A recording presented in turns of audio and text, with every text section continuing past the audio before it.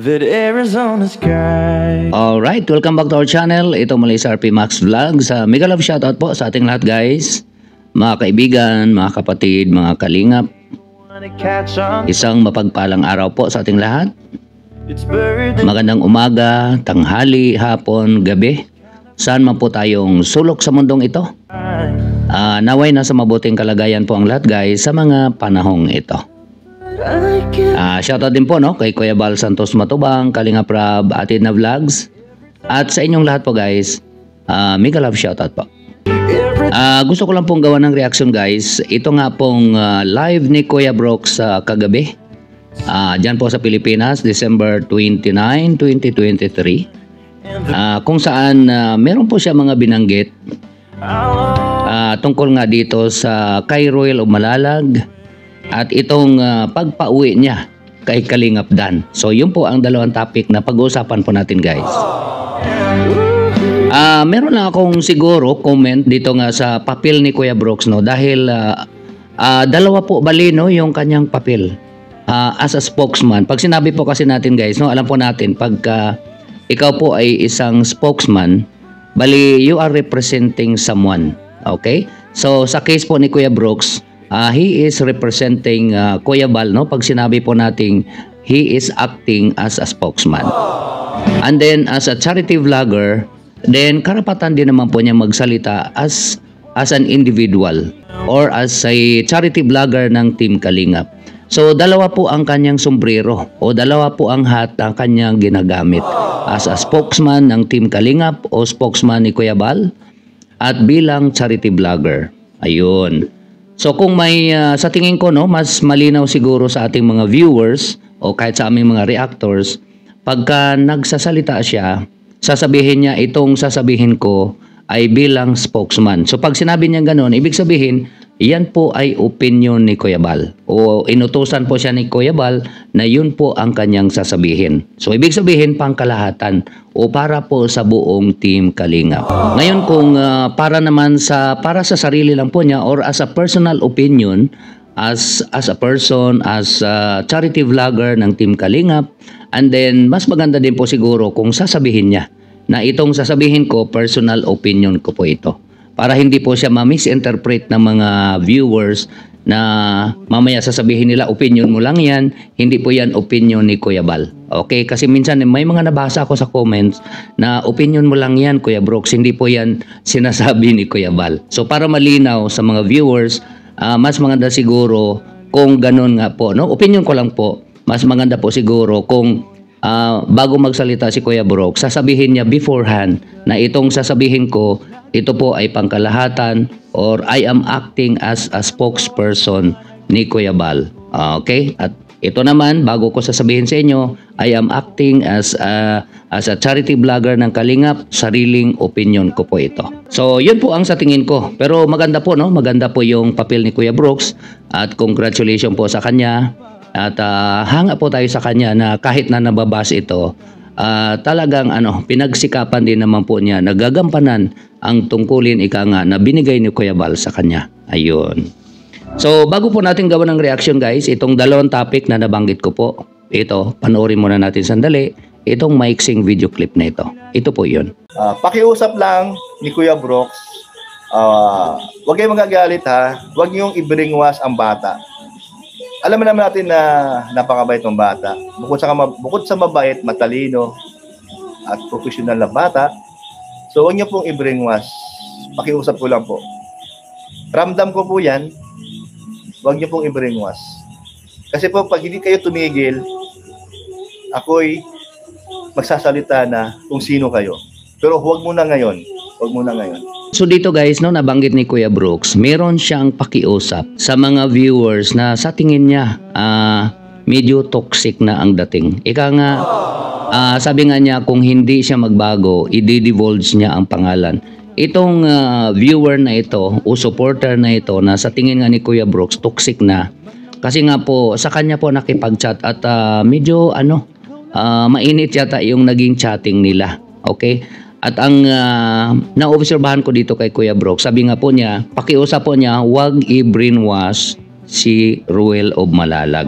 Ayun. So yun po yung pakiusap niya kasi pag hindi daw titigil, i-divulge niya o sasabihin niya kung sino siya. Ayun. So sabi nga niya hindi daw siya binigyan ng pagkakataon sa mga communication nila. Mukhang masyadong insisting yata itong kung sino man itong supporter na ito ni Dodong Ruel of Malalag na talagang sa tingin niya parang bini-brainwash si Ruel of Malalag. Okay, so nandoon ika nga guys, no, yung naintindihan ko naman yung pakiramdam ika nga ni Kuya Brooks bilang tito ika nga ni Ruel. Hindi naman siguro sa wala siyang tiwala kay Ruel, kundi bilang tito nandoon yung kanyang pag-alala. Ika nga ay siyempre no, nagmamalasakit siya baka mamaya madala no o ma-brainwash ika nga. Yun po ang sa tingin ko pinangangambahan ni Kuya Brooks. Okay, na baka mangyari. Pero sa nakikita naman po natin guys at sa mga opinion din po ng mga supporters ng Team Rochelle no o ng Team Kalingap. O nakikita po natin guys no sa personality ni Ruel na hindi po siya yung tipong tao na madali pong ma-brainwash. Okay? Dahil unang-una matured na po si Ruel of Malalag. Kahit nasabihin nating bata pa ito, sa mga desisyon po niya, nakikita po natin guys, matured po ang kanyang mga decisions. Okay? At siyempre matalino din po ito, professional, napaka-humble, sabi nga down to earth. So wala tayong nakikitang instances na mga nagawa niya na masasabi po natin na posibleng ma-brainwash siya. So yun po yung naobserbahan natin. Na hindi po basta-basta ma-brainwash si Ruel. Kahit na anong panunulsol siguro ng mga supporters o mga toxic fans ika nga na sa tingin ni Kuya Brooks, baka mamaya mapahamak si Ruel of Malalag. Okay? Dahil siyempre may sariling desisyon din po yan si Ruel. Okay? Hindi po yan basta-basta mag-desisyon kung sa tingin niya mapapahamak lang po siya. Nakita naman po natin guys, no, ang dami pong sumulsol sa kanya, pero mas pinili po niya manatili sa Team Kalingap bilang pagtanaw o pagrespeto ika nga sa kanyang tito na si Kuya Bal. Okay? So alam po natin yun, nung mga buwan na yun, ang dami po talagang mga nagsusulsol sa kanya, pero hindi po siya nakikinig.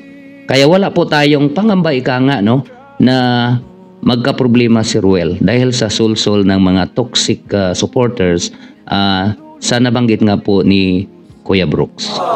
So yun po yung ating opinion guys, dyan nga po sa pinangangambahan ni Kuya Brooks. Naintindihan po natin sa nabanggit ko nga po kung bakit nag-alala po si Kuya Brooks. Dahil sila po yung nag-uusap noong toxic supporter na yon. Kaya siguro sa tindi siguro ng mga sinasabi, kaya nag-alala siya. Kaya nga po niya, sinabi niya dito nga po sa live niya. So naintindihan po natin kung bakit. Siyempre bilang tito, nandoon po yung malasakit mo, yung concern mo, baka mamaya magka-problema yung pamangkin mo. Okay, hindi naman siguro sa wala siyang tiwala. Kundi nandoon lang yung, siyempre yung kanyang pagmamahal. Okay, ayaw niya ikangang may mangyari. Okay, so yun po yung ikanga parang protective, no? Protective lang po si Kuya Brooks sa kanyang pamangkin. So yun lang naman po yung sa tingin ko. Okay? So dito naman po sa pangalawang topic natin guys. Dito nga po no, nabigla po tayo. Sabi nga po niya, meron siyang pauin. Okay, so ito nga po isang tanong dito. Nabanggit naman po niya na ang pauin niya si Kalingap Dan, no? Ang tanong, ito ba'y personal opinion niya? O ito ba'y he is acting as a spokesman? Ito ba'y kagustuhan ni Kuya Bal? So yun po ang hindi po malinaw, no? Sana sa sunod po na live ni Kuya Brooks, baka may part 3 ito. Kasi part 2 nga po ito, yung kanyang real talk. So abangan po natin sa part 3 kung baka sasabihin na po niya kung ano po ang dahilan kung bakit nagdesisyon siya o ito ba'y desisyon ni Kuya Bal na si Kalingap Dan sa dami po ng mga charity vloggers nanyan dyan po sa Daet, bakit singled out po si Kalingap Dan na sa tingin niya pwede nang umuwi sa kanila para doon na lang po mag-charity. So yun po ang abangan po natin ang kanyang paliwanag kasi sa ngayon hindi po natin nakikita no kung anong reason. Although nandoon na tayo, malaki na po ang subscriber ni Dan, mataas po ang kanyang mga views dahil siyempre K-Boys, no? Alam naman po natin pag mga K-Boys po talaga marami po yung kanilang mga views. So siyempre kung malaki ang views, malaki din po ang kita. Okay? So, yun nga po ang sa tingin ni Kuya Brooks, pwede na po siyang maglingap doon sa lugar nila dahil kung may mga sponsors naman itong si Kalingap Dan, sa tingin niya pwede na. Ika nga pwede nang magsulo doon sa lugar nila at doon na maglingap. Okay, nandoon ika nga yung kanyang tiwala kay Kalingap Dan na kaya na po niyang umuwi sa kanila at doon na maglingap. At siya nga din po, hindi naman po siya magtatagal. Nabanggit po niya, tapusin na po niya yung pinagawa niyang bahay at pupunta na din po siya sa ibang lugar. Kasi sinabi naman po ni Kuya Bal, no, na masyado na po silang concentrated dyan sa diet o masyado na silang marami. Kaya nga po ini-emphasize po yan ni Kuya Bal, guys, na pupunta na po sila sa mga landing pad at doon na po magpabahay, doon na po mag-scout at pupunta na po sa ibang probinsya dahil meron pong mobile landing pad. Pupunta sila ng Iloilo pero hindi po sila magtatagal doon. Maaaring dadalaw sila sa Aklan kasi teritoryo po yan o doon po nagcha-charity si Artsy Hilario. So, hindi po sila magtatagal doon. Pupuntahan nila yung mga lugar na wala pang mga charity vloggers na nagcha-charity. Ayun. So, yun po ang binanggit ni Kuya Bal. Ika nga, yun po ang goal ni Kuya Bal ngayong 2024. Ika nga, hindi na po sa Cam Norte. Kasi sa Cam Norte, meron na pong mga charity vloggers dyan na dyan pinanganak at siyempre lugar po nila yan. Okay? Kaya siya po, si Kuya Bal po at yung mga kasama niya lalabas na po ng Cam Norte. Yun nga po ang sinabi ni Kuya Brooks. Ito yung kanyang unang paalisin. Yun. So, nabanggit naman po niya. So, yun nga lang, hindi tayo sigurado kung yun bang decision niya. Yun ba'y decision ni Kuya Bal? He is acting as a spokesman o yun ba'y panghikayat lang niya sa anak niya na si Kalingap Dan. So, yun po ang hindi malinaw. So, abangan po natin, guys. Baka ipaliwanag po ni Kuya Brooks para hindi po tayo mag-speculate kung anong dahilan. Magkakamali pa tayo. Okay? So, yun lang po, guys, ang ating konting komento dito nga po sa dalawang nabanggit po ni Kuya Brooks sa kanyang live po kagabi. Sa mga bago lang po sa aking munting channel, huwag po natin kalimutan, guys, na i-subscribe at paki-like din po ang video na ito. At huwag din po natin kalimutan, guys, na suportahan ang ating ama ng Kalingap na si Kuya Val Santos Matubang, Kalingap Rab, Atina Vlogs at ang Team Rochelle. Suportahan din po natin, guys, mga kasamahan po naming charity vloggers, official Kalingap reactors. Suportahan din po natin, guys. Sa mga walang sawang nanonood po ng mga videos namin, nagko-comments, nag-likes, nag-share, at lalong-lalo na po sa mga hindi nag-skip ng ads, mga silent viewers, maraming salamat po sa inyong lahat, guys. Bago ko po end ang video na ito, meron lang po akong isa-shoutout.